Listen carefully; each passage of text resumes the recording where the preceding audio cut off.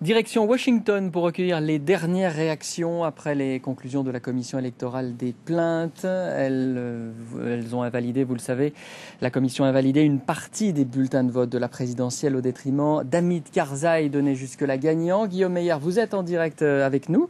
La Maison-Blanche pense-t-elle que l'on se dirige vers un second tour ?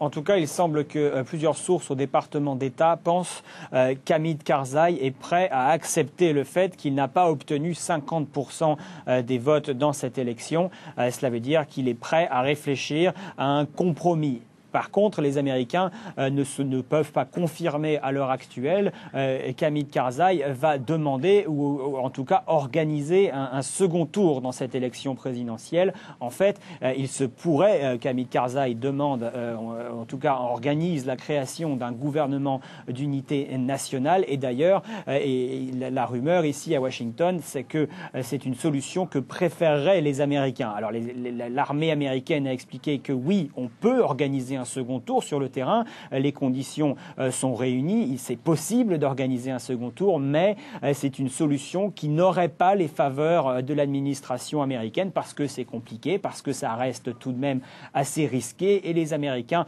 ont hâte de passer à l'étape suivante, de commencer à travailler avec la nouvelle équipe, donc peut-être un gouvernement d'unité nationale.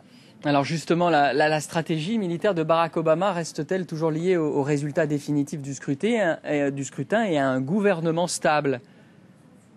Eh bien, c'est ce qu'on croyait jusqu'à lundi, puisqu'au cours du week-end, des membres de l'administration Obama, dont son chef de cabinet, ont expliqué que oui, les États-Unis n'enverraient pas de troupes supplémentaires tant qu'il n'y aura pas de gouvernement stable, tant qu'on ne saura pas comment se termine cette crise politique. Eh bien, ce n'est pas l'avis de tout le monde, apparemment, au sein même de l'administration Obama, puisque le secrétaire à la Défense, Robert Gates, c'est un peu la voix de la raison au sein de l'administration Obama. Il a fait partie de nombreuses administrations américaines. Robert Gates, secrétaire à la Défense, estime, lui, qu'au contraire, l'armée américaine doit continuer à prévoir son action future, continuer à planifier son action, peut-être décider d'envoyer des renforts, quelle que soit la situation politique sur le terrain. Donc c'est un avis totalement différent et cela montre que l'administration Obama, jusqu'au sein du cercle le plus proche du président, cette administration est divisée et ne sait pas vraiment comment réagir à la situation politique compliquée en Afghanistan.